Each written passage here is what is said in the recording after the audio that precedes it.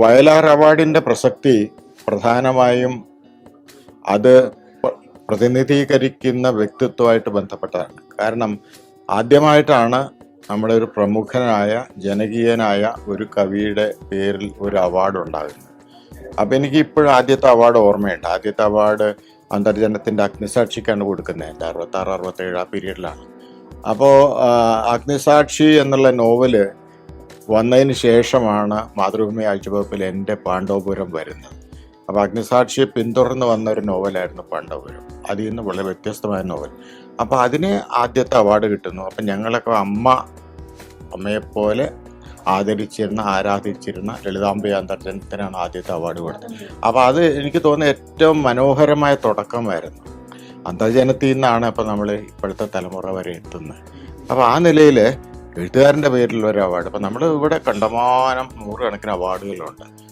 സർക്കാരിൻ്റെ അവാർഡുകളുണ്ട്, മറ്റ് സ്ഥാപനങ്ങളുടെ അവാർഡുകളുണ്ട്, വ്യക്തികൾ കൊടുക്കുന്ന അവാർഡുകളുണ്ട്. പക്ഷേ ഇതിനൊക്കെ അപ്പുറമായിട്ട് ഇതിനൊരു അസാമാന്യമായ വിശ്വാസ്യത ഈ കാലം കൊണ്ട് ഉണ്ടാക്കിയെടുക്കാൻ കഴിഞ്ഞിട്ടുണ്ട്. എല്ലാ കൊല്ലവും വയലാർ അവാർഡിൻ്റെ ഒരു സമയം വരുമ്പോൾ അതിനെ പറ്റിയിട്ട് ഒരുപാട് ഊഹാപോഹങ്ങൾ നടക്കുന്നു. ആർക്കാണ് കിട്ടാൻ സാധ്യത, അത് കഴിഞ്ഞ് കിട്ടിക്കഴിയുമ്പോൾ അതിനെപ്പറ്റി കുറേ വിമർശനങ്ങൾ നടക്കുന്നു. അത് തന്നെ ഇതിൻ്റെ പ്രാധാന്യം വളരെ എടുത്തു കാണിക്കുന്നതാണ്. പിന്നെ ഇതിനെപ്പറ്റി ഞാനിപ്പോൾ ഇതുമായിട്ട് കുറേ കാലം ബന്ധപ്പെട്ടുള്ള ഒരാളെന്നുള്ള നിലയിൽ അവാർഡ് കിട്ടിയപ്പോൾ അതുപോലെ 2 തവണ ജഡ്ജിങ് കമ്മിറ്റിയിലുണ്ടായിരുന്നു.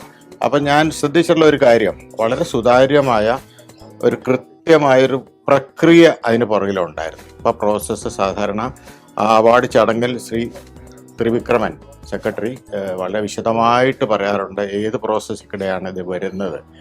അപ്പോൾ അദ്ദേഹത്തിനെ സംബന്ധിച്ചുള്ള അതിൻ്റെ കൃത്യമായ കണക്കുകൾ വരെ പറയുന്നത്, ഇത്ര പേർക്ക് അയച്ചു കൊടുത്തു, ഇത്ര പേര് മറുപടി പറഞ്ഞു, ഇങ്ങനെയായിരുന്നു പ്രതികരണം. അപ്പോൾ ആ നിലയിൽ ഒരു 100% സുതാര്യമായ ഒരു അവാർഡ് നിർണയ പ്രക്രിയ അത് പിന്തുടരുന്നു. അതാണ് ഈ വയലാർ അവാർഡിൻ്റെ ഏറ്റവും വലിയ പ്രാധാന്യം. പിന്നെ മാത്രമല്ല, ഈ അവാർഡ് കിട്ടിയ കൃതികൾ പലതും പിന്നീട് ജനങ്ങൾ വളരെയധികം ഏറ്റെടുക്കുകയും അത് മുന്നോട്ട് കൊണ്ടുപോവുകയും ചെയ്തു. ഇപ്പം എൻ്റെ ഒരു വർഷങ്ങൾക്ക് മുമ്പ് കിട്ടിയ അടയാളങ്ങൾ അതിനുശേഷം ഒട്ടേറെ പതിപ്പുകൾ വിറ്റുപോയി. കാരണം അതിനേക്കാൾ ശ്രദ്ധേയമായ നോവലായിരുന്നു പാണ്ഡവപുരം. എന്നാലും അടയാളങ്ങൾ വയലാർ അവാർഡ് കൊടുത്താൽ മുദ്ര. പിന്നെ അത് കഴിഞ്ഞ് കേന്ദ്ര സാഹിത്യ അക്കാദമി അവാർഡും കിട്ടി.